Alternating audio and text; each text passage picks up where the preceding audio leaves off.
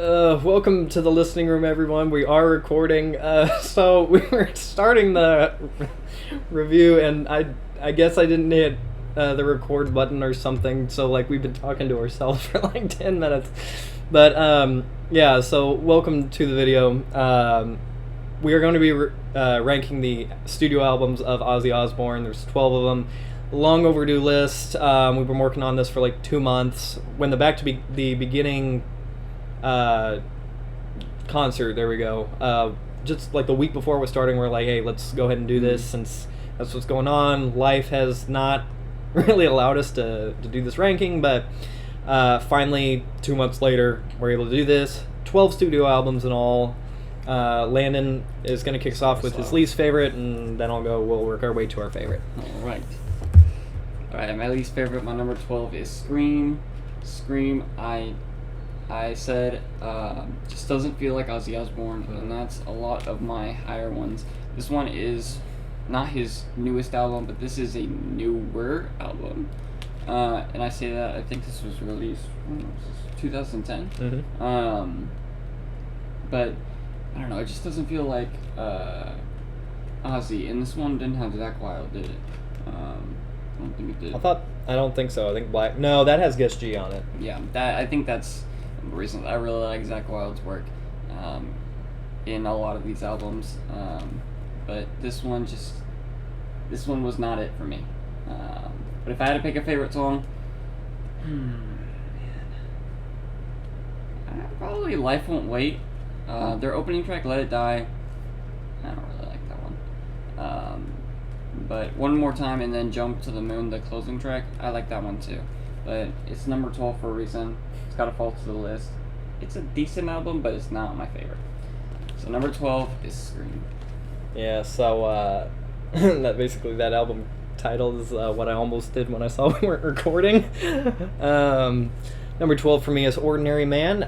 Thankfully, this was not his last album. 2020 release. I don't know, it feels very, very modern in some ways. I'm not saying modern is necessarily bad, but it feels more commercial. Yeah. Straight to Hell is a good opening track. Ordinary Man with Elton John, actually, it works. Mm-hmm. But I will say it's not the most Ozzy feel, but it works for what it is. Under the Graveyard is my favorite song on the album. I like the chorus. I like the riff on it. Scary Little Green Men is good. I'm glad this is not the deluxe, because it doesn't have Take What You Want with Post Malone on it. Don't like that song at all. It's just not a good song. And then It's a Raid featuring Post Malone isn't as bad though. I don't know why he collabed with him to do anything. I'm not a Post Malone fan, but I just don't think this stuff works. Yeah, it does. Those two types of music don't mix together. Those two types of artists, especially, don't mix together. Not a horrible record, but it's definitely not my favorite, and I probably will not. I mean, with some of the songs on here, I'll go back to. But one of them's got to fall to the bottom of the list. Yeah. So I guess your next one is up. Yep. How did I know? 11 is Black Rain. I kind of have to agree with what Benjamin said about Ordinary Man. This one feels way too modernized. It feels forced to be. I think he's commercial. Mm-hmm. And honestly, a lot of good songs on here. Not Going Away I like, and then I Don't Want to Stop is also a good song. The title track, Black Rain, I don't really like that song. And pretty much all of these ones I didn't really enjoy listening to. But overall, I mean, it's an okay album, but they just gotta fall to the bottom of the list, and this one just feels way too modernized and way too commercial for what Ozzy is known for. Mm-hmm. I don't know, but it's gotta fall to the bottom. It's number 11, Black Rain.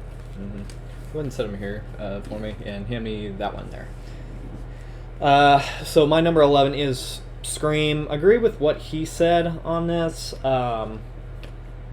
It's just, I don't like his more recent stuff isn't awful by any stretch, but it's not my favorite. Got the CD copy over here. When I first heard Let It Die, the opening track, I hated the album immediately, which I shouldn't hate something from the first song, but it starts off an album and you just kind of have to like almost start with that, and it left a bad taste in my mouth, so I just didn't like it. And I hated the production on it. I don't know why the production. It's not as bad now that I'm used to it, but when I first started, it just was like too much. Again, Gus G on here, not Zach Wilde. He doesn't do a bad job, but it's not as good. The album was originally going to be called Soul Sucka. Really? That's what you were talking about, how it was going to be a different name. Yeah, fans revolted, so he changed it to Scream, thankfully, and the song is called Soul Sucker, thankfully. That's not my favorite song on here. I think I like Crucify the best on here, but there's a lot of stuff on here that's just not my favorite, and one that I won't necessarily go back to quite as much, but it's not my least favorite. It's got more stuff on here that I like than Ordinary Man, but that's okay. I guess that one's done, so we can set it aside. Alright, and then my next one is... And now I don't know where we are on the list, because we are actually recording. Alright. Okay. My number 10 is Down to Earth. That's up. This one, if I remember right, wasn't this kind of like a comeback album for him? It was after Osmosis. Yeah, it had Zach Wilde in this one. This one felt like it was, I don't know, there was no passion in this one. In my opinion, that's what it felt like. I did listen to this one 3 different times, and I came to the same conclusion all 3 times, that this one just felt like it had no passion in it. Okay. The cover art is pretty cool. It's interesting. This definitely feels like Ozzy. It's like looks like an X-ray scan on the back. That's pretty cool. Facing Hell and Dreamer, I really like.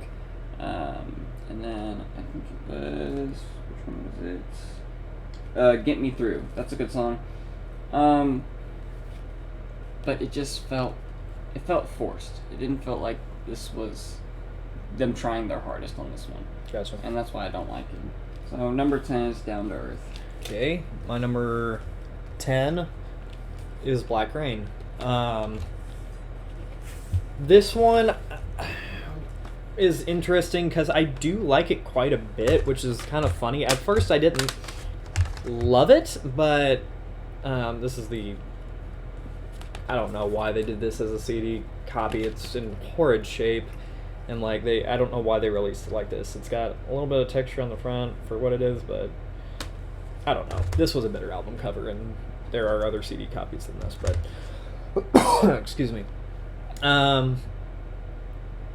The title track is my favorite. I think that's a really dark and doomy song. It's pretty cool. Not Going Away and I Don't Want to Stop are pretty good, but there's just a lot on here that, like, maybe it's forgettable isn't necessarily the right word. Actually, no, that probably is the right word. It's more forgettable than a lot of the other stuff he's done. And by no means is it per se bad, but it's just not as memorable as a lot of the other albums that we're going to do. So that's my number 10. And I feel like that's a lot. I feel like a lot of people feel that about a lot of the newer albums. Yeah, for sure. Just because everyone knows him by all of this old stuff. Yes. Alright. My number 9 is Patient Number 9. Finally got another ranking where last one's not your least favorite. This one, I actually, isn't this his newest one? Yeah, it was his final one. 2022, yeah. This, I actually liked it. It's their newest album, and it's not at the bottom of the list. It is at number 9, though, but that's just because I like all the other albums below it really well.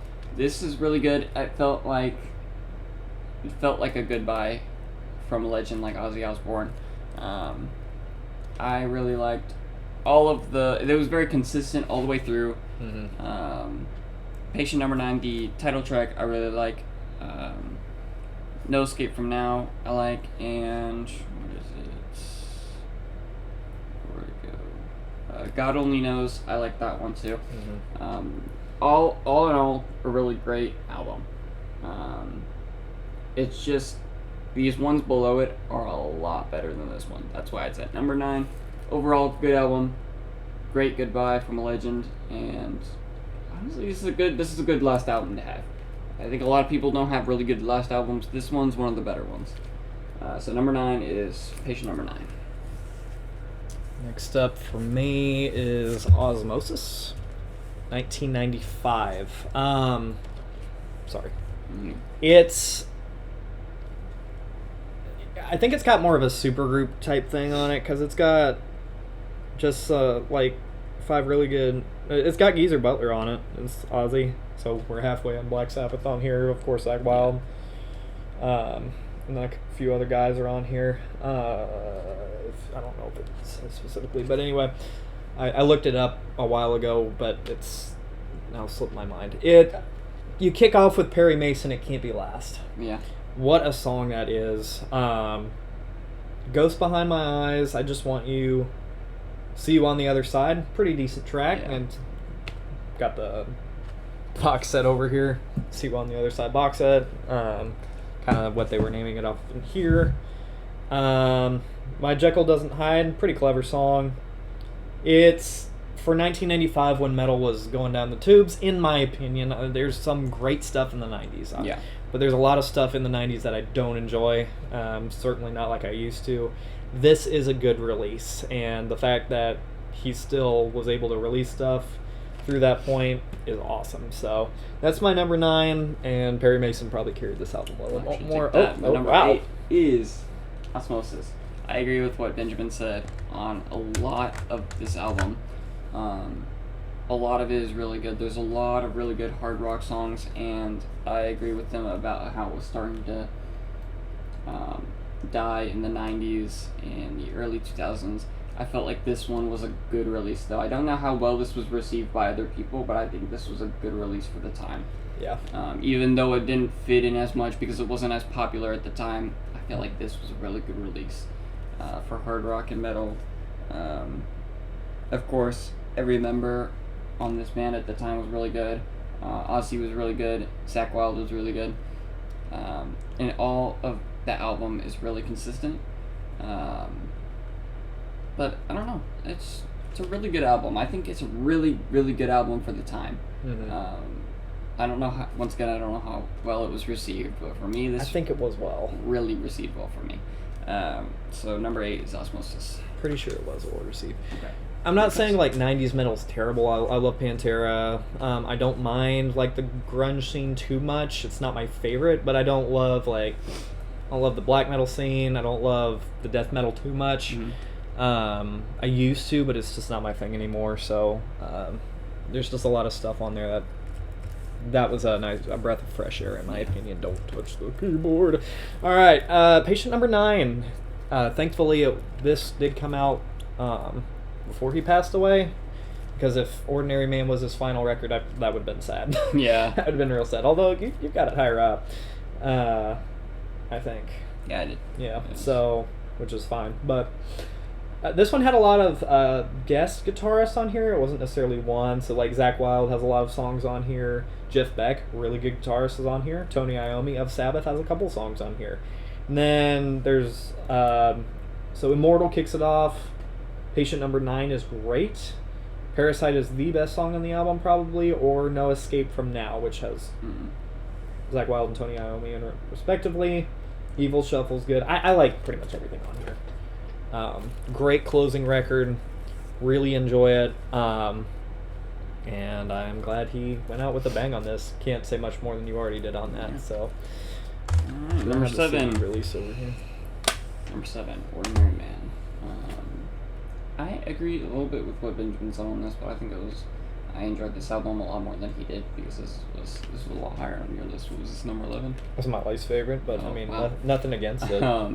I still like. It's good with Elton John on here. It's good. Mm-hmm. Ordinary Man. The title track, Goodbye, I like, and then Straight to Hell, I like. Under the Graveyard.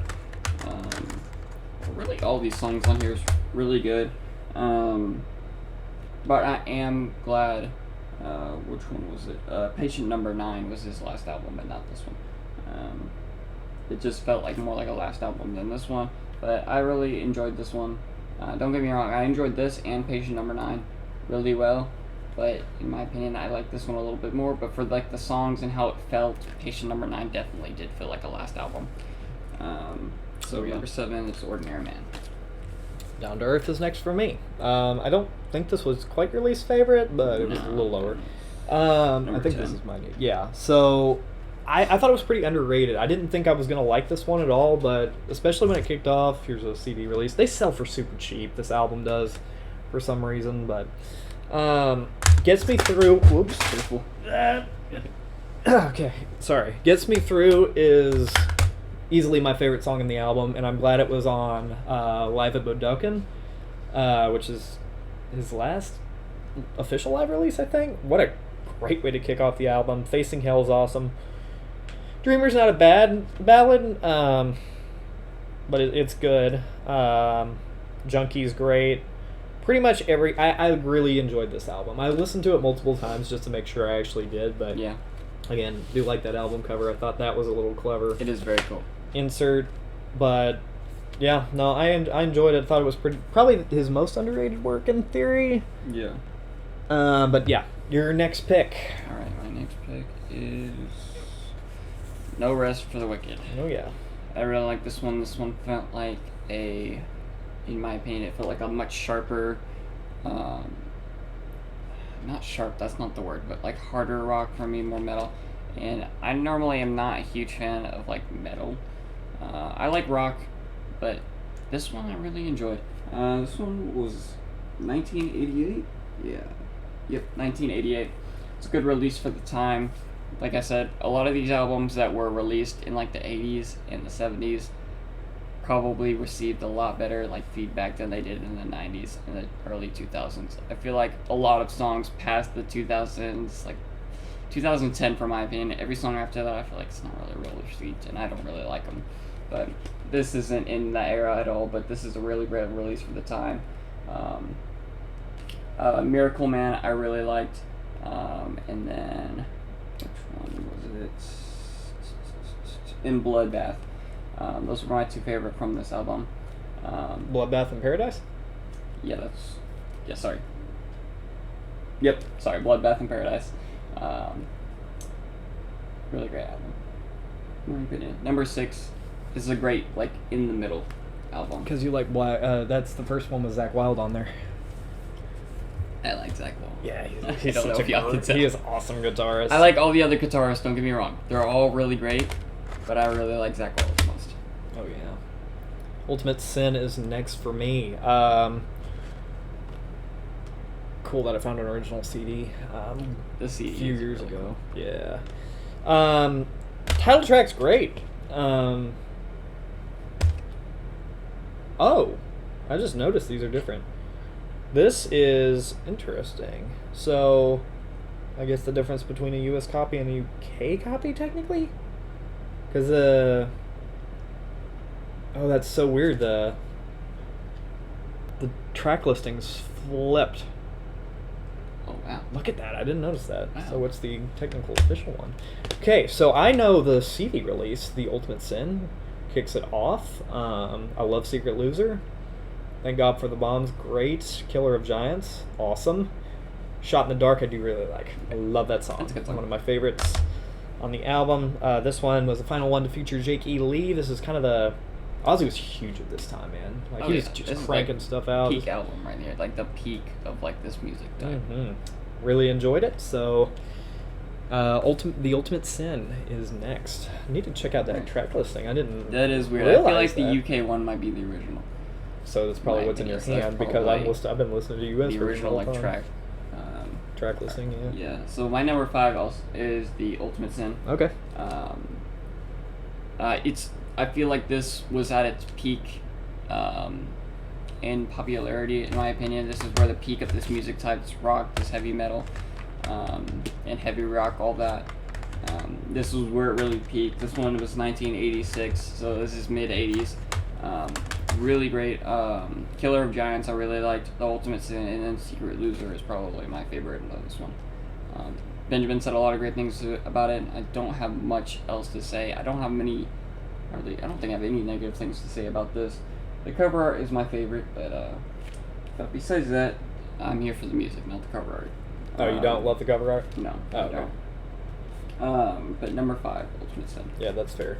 I do like it, but I mean, obviously to each their own. I'm sure that's a mix. Can I have the one underneath it?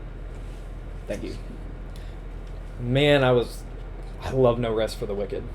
What a great album. First with Zakk Wylde on it, obviously. Miracle Man kicks it off. Love that song. Crazy Babies isn't bad. I didn't like it too much at first, but I think it's pretty fun song. Bloodbath in Paradise, Fire in the Sky, and Tattooed Dancer are awesome. And I think Demon Alcohol closes the album really well. It does. So, really enjoyed this one. Had it a little higher on the list earlier on, but like, it just because it's dropped doesn't mean like I just think higher of some of the other albums earlier. It was tough to do this top part of the catalog. So, that's my next pick. If you want to go ahead and put that over there, my friend, thank you. All right, my number 4 is Bark of the Moon. If I'm not mistaken, didn't Randy Rhoads, how you pronounce his name, then he died after this album was, not after, but before.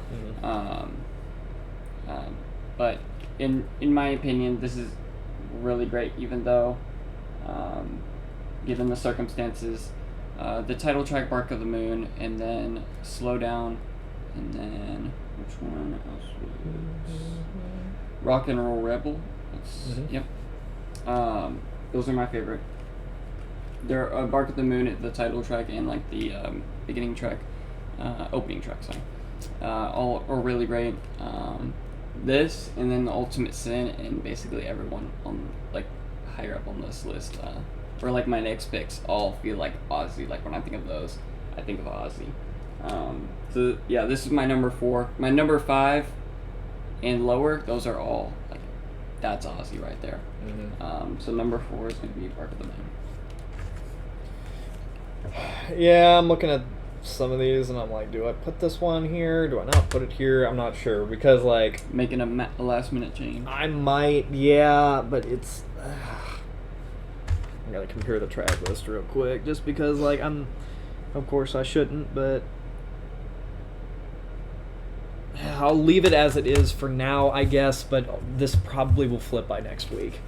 I really like No More Tears, and I kind of feel bad putting it here just because like it's such a great record, and it's so heavy. Zakk Wylde's guitar playing on here is awesome. Ozzy sounds so freaking good on here, and I'm probably going to regret putting it at number 4, but, that's okay. It would have been only going at number 3, if anything, so... the very first Ozzy song I ever heard was the title track. That is the best song in the album. That is one of his best songs, if not his best song he's ever written. What a freaking song No More Tears is. No More Tears. Love that song. I cannot stop playing that song. I never get tired of it. Mr. Tinker Train opens it up. It's awesome. I Don't Want to Change the World is a great party rocker. Mama, I'm Coming Home is a sweeter ballad. Now that it's a bittersweet ballad, actually, now that he's passed, when he played that live. So I love that song. SIN's great. Hellraiser is an underrated track for me. I love that song. AVH is great, and Road to Nowhere is an awesome closer. But I have nothing bad to say. I mean, just what an incredible album this is. So that is my next pick, my friend. All right. I am actually making a switch up. Okay. Okay, so number 3 is going to be Diary of a Madman. This was supposed to be my number 2, but now it's my number 3. You punted it out. I really like this album. These top 3 are really hard to pick, but I think this one is probably my least favorite out of the 3, and that's why I'm switching it up.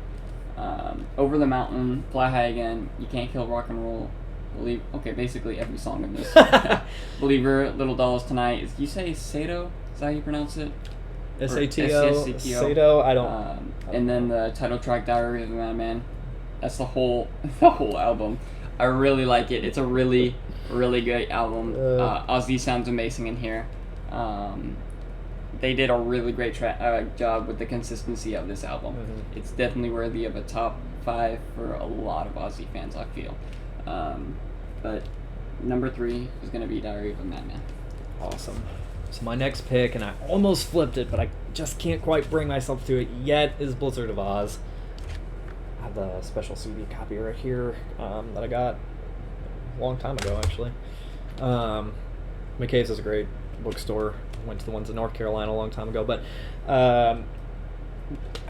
I don't know. It's such a great track. I love that song. Love it so much.